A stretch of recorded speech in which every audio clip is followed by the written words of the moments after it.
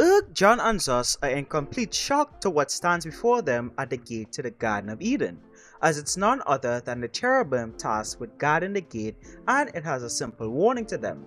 Hold humans, venture no closer. I am tasked to guard this place and prevent mankind from returning. Turn back and suffer no harm. And at the sound of that, John immediately thinks that the angel is on their side and begins to taunt Zus, who begs the question, what trickery is this, woman? Have you turned the gods themselves against me? John goes on to clarify that the creature is a servant of the one true God, asking the angel if it would save them from Zus, who intends to do them harm.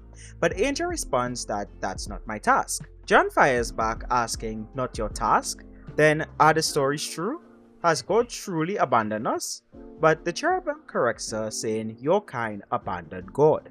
And at the sound of that, Zus mocks them and presses the attack on Erg, who violently fights against him, all while John continues to plead with the angel for help, who explains to her, the Master will never abandon you humans. He is the God of compassion and mercy. He is slow to anger and filled with unfailing love and faithfulness. He lavishes unfailing love to 1,000 generations. He forgives iniquity, rebellion, and sin. You need but call on his name. But he does not excuse the guilty. He lays the sins of the parents upon their children and grandchildren.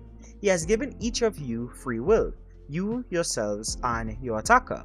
When your ancestors rebelled, they handed over creation to sin, and created a world where violence and death are allowed to occur. You are yet beloved of God, John, daughter of Kenan. But the Master's plan is his own. This grieves me, but unless he directs me, I cannot intervene in this matter. And all John can respond with is, God help us. After hearing all of that, all while fighting Zus and trading blows and even having enough time to throw banter into the mix, Erg commands John to run. But Zus isn't about to let her go, so he hurls a ball at her, barely missing, if it wasn't for Erg who pinned her to the ground in time. And Zus declares, forget the child, forget the sacrifice. I would rather see you dead, girl, than see you spurn me for another. Erg instructs her to hide in a rock cliff nearby as he fights back against Zus with all his strength to protect John, until Zus shatters his sword and drives his blade into Erg's arm. But in the same move, Erg deals Zus a killing blow, defeating the Nephilim for good, but at a cost, as he immediately collapses from the pain. John rushes to his side to see what aid she can provide, and also asking why would he sacrifice himself for her.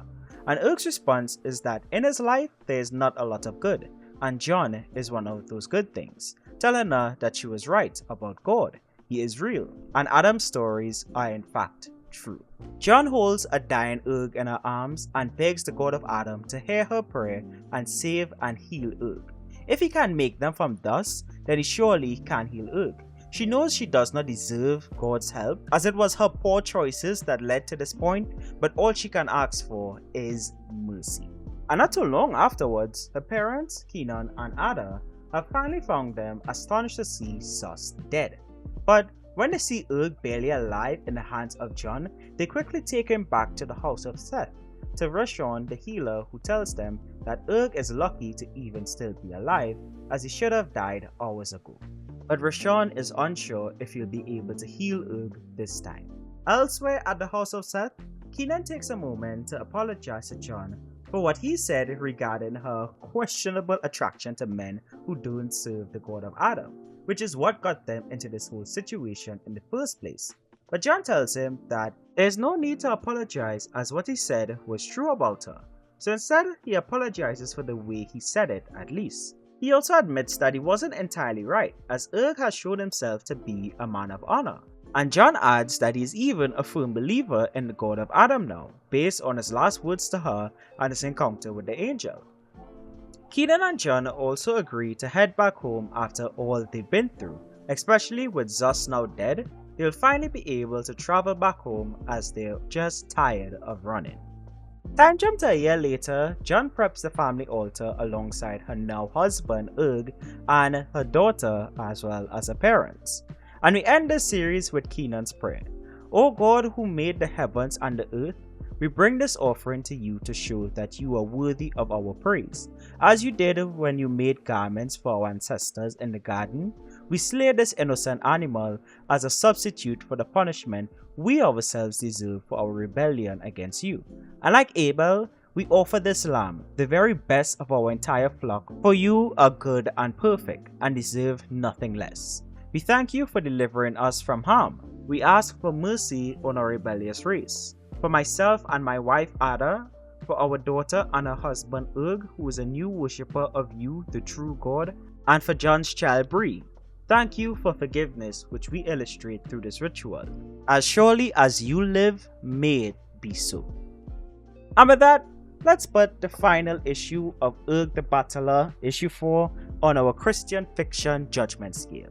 And this is the 7th certified 5 out of 5 in all categories comic book from Evan David that we have reviewed on the channel.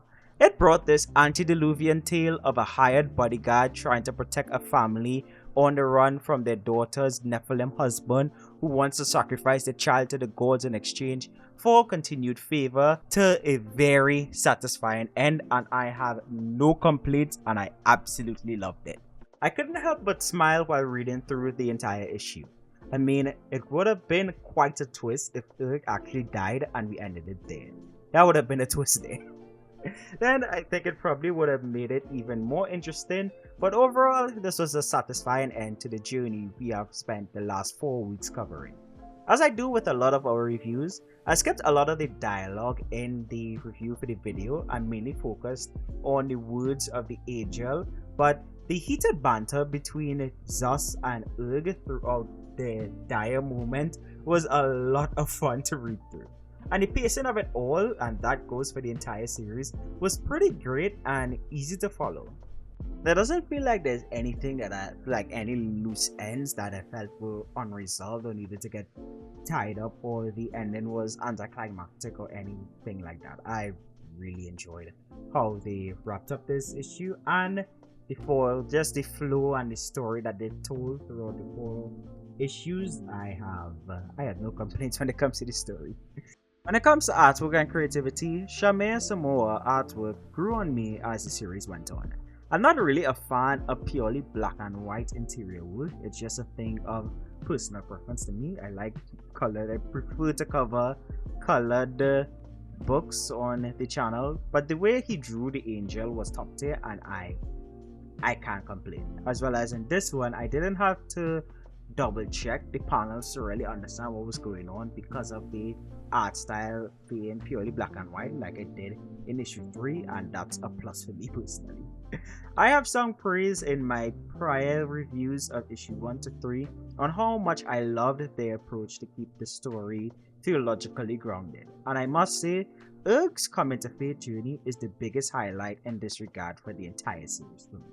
From calling the god of Adam a myth and fairy tales, to coming face to face with the angel that guards the Garden of Eden, the evidence to him became pretty insurmountable. Coming to that realization in what seemed like his dying breath had it not been for the grace of God. And to add on top of that, John's journey of self-guilt to forgiveness, telling Erg that if God can accept her for what she had done, he will surely accept him. I love that.